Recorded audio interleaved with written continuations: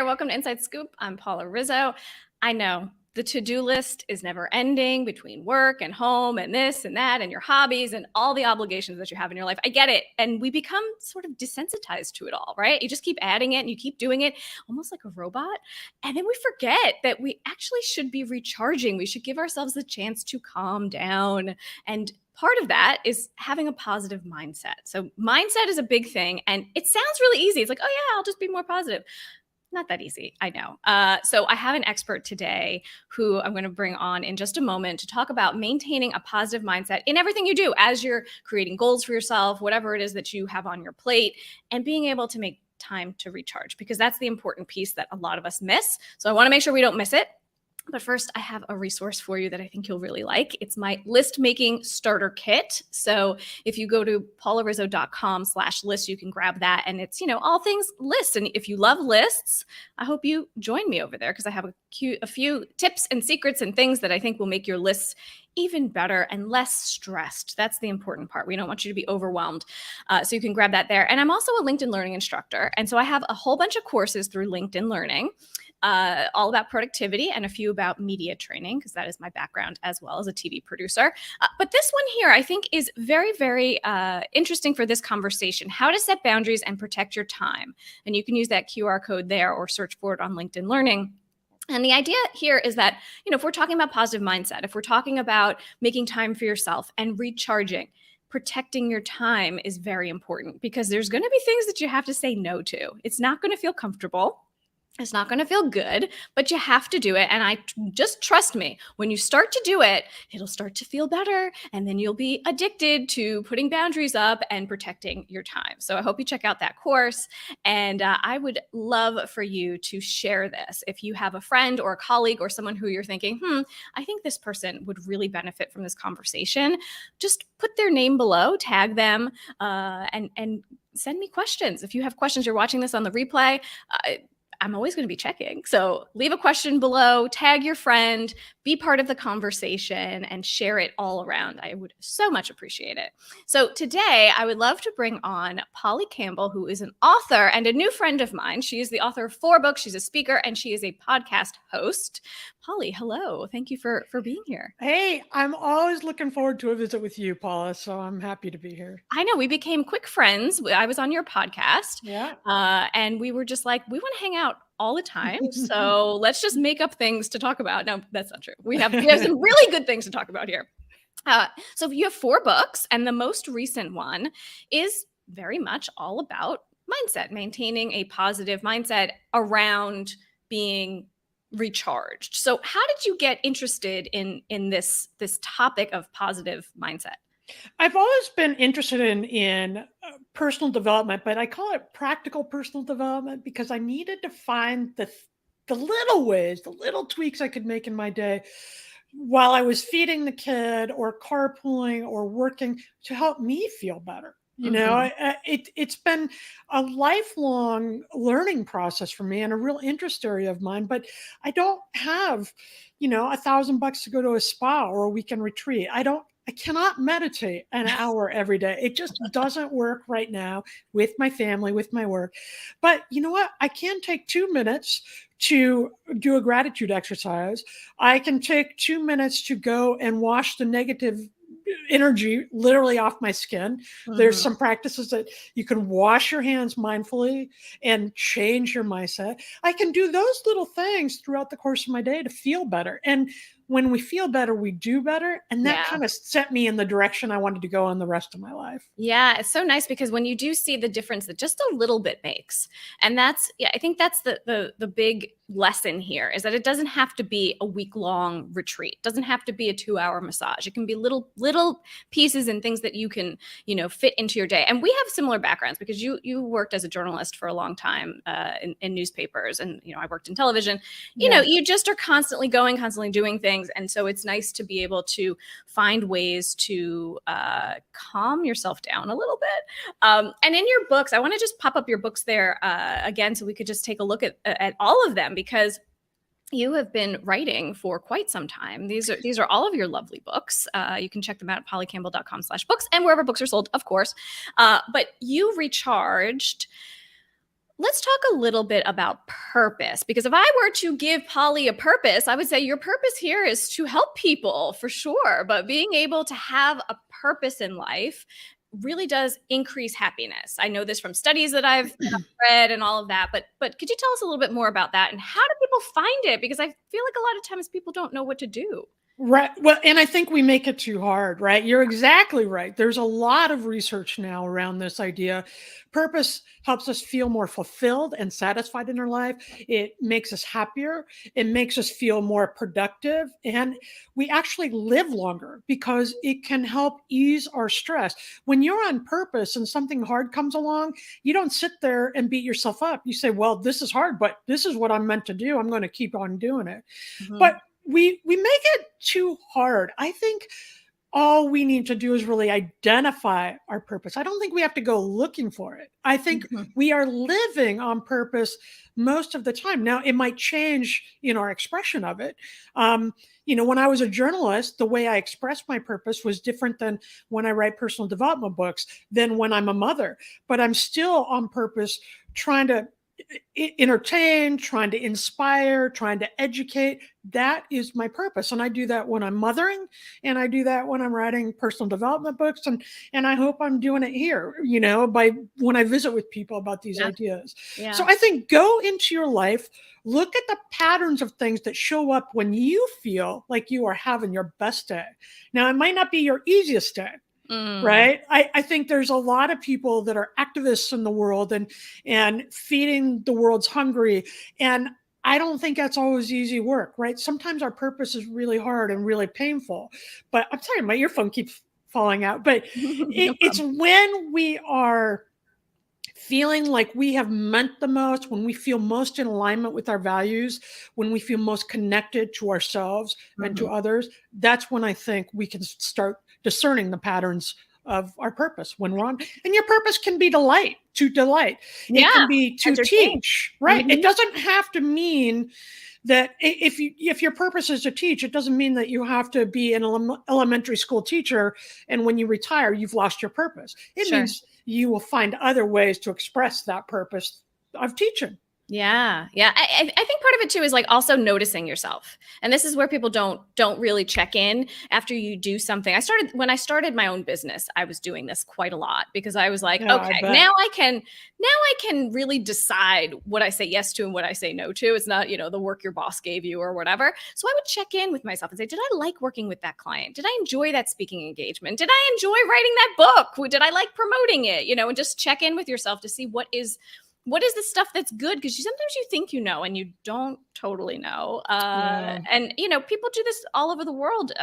In my book Blissful Living, I talk all about ikigai. Have you studied ikigai, which is— We talk about it and you recharged. Yeah. Yes, yeah. That thing that gets you going, gets you up in the morning. Yeah. Yes, the Japanese term, and it's very, look, it's something that will keep you motivated to continue to go. So you find your purpose, you're really excited about it, you're all into it, and then you burn out because you're doing too much of it. So tell me about the drain You just problem. told the story of my life. You asked me how I got into personal development. Well, these are the things I need to figure out, right? These are the Totally. things I'm working on too. And Same. that's where I was. I'm living the so-called dream job, right? I'm self-employed as a full-time writer and speaker. I love the work I'm doing. And I woke up in the middle of winter, which was dark and lonely and all the bad things here, right? And I had no energy at all. I'm like, I have my dream job. I have a happy family. I have a great marriage. And I was burned out and didn't even want to go to work. And I was embarrassed about that because who am I? I created this circumstance for myself and now I don't even like it. Mhm. And I really had to back up and realize that writing was not my purpose. It was the education, it was the connection with others, it was the learning, it was the inspiration I was providing. And at that time I was doing a lot of writing that was really interesting, but I was doing it solely to pay the bills. Ah. And I thought, I'm putting all my energy to this thing, which is not in alignment with all my values, and it's taking me away from my purpose. It didn't have those other components. Now I'm all for paying bills, right? I'm a writer. Sure. I need to make money too, Got to do what you got to but do, Polly. Yes. you can align with your purpose while you're doing those things. And it starts with what you said. You got to start noticing. I didn't get up and quit all the work I was doing. I got up and I'm like, okay, what is draining me? What is taking me away from this thing? What is zapping my energy? And what is the smallest right thing I can do today to start boosting that energy again? Yeah, for sure. And it does take these small, tiny little things that we can do to be able to, get yourself realigned in a way. But let's talk about some of those. You talked about a few of them in the beginning, 5 minutes of meditation. That how do we identify what will work for us? And what are some of those smaller pieces and things that you can work into your day that will Well, really make a difference? it's hard. And you and I have talked about this before in the sense that when we are feeling overwhelmed, the last thing we want to do is add something to our list, right? Yeah. The last thing I wanted to do in those dark mornings when I was reevaluating things was do one more thing when I was exhausted. So take the next best step and start with something you can do in 2 minutes, a gratitude list, or call it out, right? Just yell it out on the back of the couch in the dark morning. You just say, I am grateful for this couch. And be to start looking at increments. I think you can get up and move your body. And I am not talking exercise, people. I Yeah. mean, we know that's good for you. But initially, all I started to do was stand up more, right? I just started moving my body. And then I became aware of the transitions in my day. So I would sit glued at the work table, working on the stuff that wasn't that meaningful to me. And finally, I decided, no, I'm going to get up and take a lunch break. I'm going Yeah. to get up and walk around the block. I'm going to use the transitions of my day. Every time I go out to the car to run an errand or pick up the kid, I would do a little gratitude moment, or I would take a moment and breathe in the air. So it wasn't about changing my schedule. It was about adapting my schedule to accommodate these 2 minute practices or these 1 30-second practices to really savor the moment I was in and search for the good. And when you challenge yourself to search for it, you start finding it everywhere. And that is a natural energy booster that changes our biochemicals. It makes us feel different in our brain. So it becomes easy to do the next time. Yeah. And, I was listening to a podcast the other day and it was talking about negative things and how our brains are actually wired to latch on to the negative and to sort of ruminate on it because in evolution, we needed to know that there was a tiger coming after us and that's a bad thing. And so we needed to, we didn't need to know that the flowers smelled beautiful. That didn't matter because it didn't count towards our survival. So we are wired to sort of get the negative stuff and hang on to it. So we need to reframe that.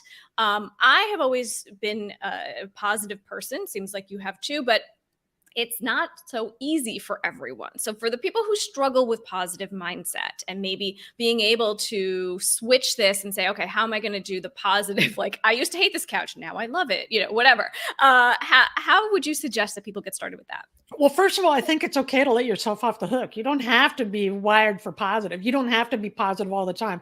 I am absolutely not positive all the time. I think my choice is to not be negative all the time. Uh-huh. So I think the goal is to catch yourself in that moment and get curious. Don't be judgmental. Don't say, well, I got to think more positively, but just like, I wonder why I'm noticing this. What else can I notice about this minute? Mhm. And go looking for all of it. It's okay to have negative feelings. What I don't want to do is dwell in the negative feelings. I want to notice them, notice the message, the cues that they hold, which is, hey, don't put your hand on the stove. That's going to burn you. Ouch. That's a negative feeling. Then I Mhm. don't do it again. So use that information that's coming to you. If you need to get away, if you're feeling stressed out, then sit back and notice that I'm feeling stressed out because I don't like this work. How can you reframe this? What can I learn from this moment so that I move more toward the direction that I want to go in my career or Mhm. whatever it is? So I think often we think it's bad to feel one way or good to feel this way. I think our challenge and our gift as humans is to feel it all and Mhm. then decide what's within it for us. And then I take a physical action. So if I'm really stuck and I'm reframing, I get curious and I'm like, okay, how can I reframe? I got a rejection the other day on an article I was writing, and it hurt. I Yeah. didn't like it. I was disappointed. I was surprised. I didn't like it. The very next thing I did is, why am I surprised? What did I expect would happen? What were my expectations reasonable? Then that led me down the path, like, oh, maybe I can adjust this and get going. The very next thing I did after that was to write a new pitch for the same idea. I realized that there were things I could improve about that. So for me, it comes with an awareness, and then it comes with a minor reframe, a minor tweak of curiosity. I don't even feel good. I don't feel good about the rejection. Of course. But when I'm moving into the physical activity then of writing a new pitch or getting up to walk around the block or putting a piece of toast in, then that physical activity takes me out of that stuck space and allows me to move forward. That's a good trick. I like that. I like that because that is what stops people, right? That kills the creative process. Rejection, right? You've done something, especially for writers. We're both trained as journalists, and so for us, I mean, we were trained differently. It's like you got to get something on the page, you got to get something on TV. It's got to happen. It's going to happen with or without you. So put something together, right? We're very deadline oriented that way. But when you're working on more creative projects, things that are books and things. I work with a lot of authors. I media train them for their book launches. And a lot of times I meet them before the books are out. And I tell everybody, you got to start talking about your expertise, do media, do all of these things. And it's a hard road writing books, especially you're doing it yourself. It's a very lonely place to be typing and writing. And that motivation really needs to be there. But being able to use some of these, reframe your mindset is really helpful. How have you found that with writing and writing books and these longer projects? Books do take forever to come out. So you're going to be with this for a while. It is a long process. It changes as I go, right? The first book, I was scared out of my mind, and then I started writing it, got really into it, and I had nothing at stake. I mean, I felt like I wanted to do a great job, but it was my first book. The books that have come after that have been harder because I want to provide, I have higher expectation for myself, and I have to go and look at those expectations. And here's what I have learned, Paula, that has helped me a lot is what I can bring as a writer is in the process of writing. It's the research I do. It's the interviews I do. It's the energy I bring to the page. It's the concern and care and commitment I bring. But once that book is done, it becomes a gift. And just like when you give somebody a birthday present, if I give them a candle that they don't like, it's up to them whether they ever burn that candle or whether they re-gift that candle or where they complain about that candle, but it's no longer my business. And I have learned that I'm going to give everything I can to that process of writing and create the best work I can for the readers and for the world and for myself. Sure. And once I'm done, it's a gift to whoever chooses to pick up that book, and how they use it is up to them. I love that. That's such a great reframe. It's sort of like the bless and release. Off it goes into the world. Do what you will with it. Enjoy it. I have to remind myself a lot of that, though, right? Because it doesn't always come. These things I'm talking about with you, I will literally put them onto my list, Paula. Yes, right? Good. I will put them onto my list. Remember to get up at lunch. Yeah. Remember to release. Remember to go for a walk. Remember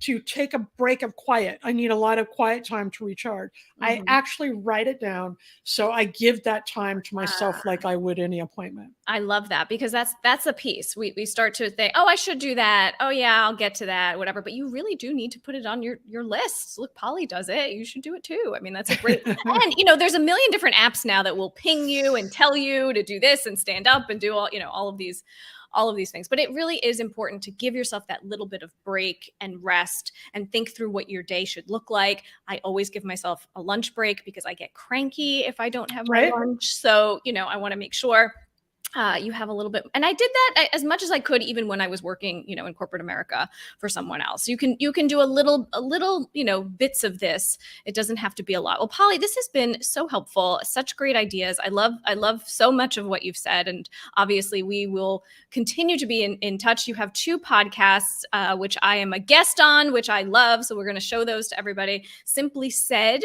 and Simply Write with Polly Campbell. There's the QR code there where you can follow. You also have a Substack. So we're going to make sure that people get Thank signed up you. there. Of course, pollycampbell.substack.com. And I would love for everyone to also check out your books, of course. If you go to pollycampbell.com/books. Polly, thank you so much for being here. Always To a be pleasure. continued. Yes, to be continued, of course. I'm sure there's more for us to do. We'll keep talking. Yeah, absolutely. And I have a little freebie for you too before we go. I want to make sure that your lists are up to snuff. So if you go to paularizzo.com/list, you can check out my list making starter kit. Thank you for watching. Leave your questions below. Polly and I will have our eyeballs on those boxes and, answer any questions you have. And I will see you next time.